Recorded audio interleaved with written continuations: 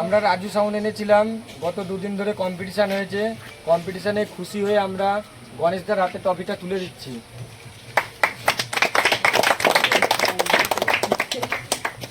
আসছে বছর আবার হবে।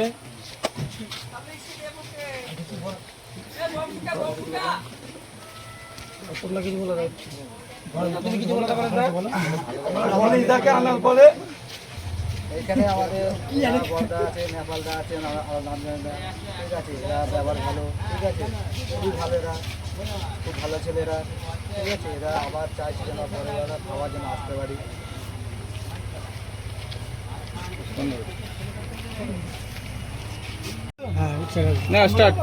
মাইক কিনেছিলাম, তা ভালো বেঁধেছে, আমরা খুশি হয়ে গণেশদাকে সবটা গিফট করলাম। তালি মারো সব।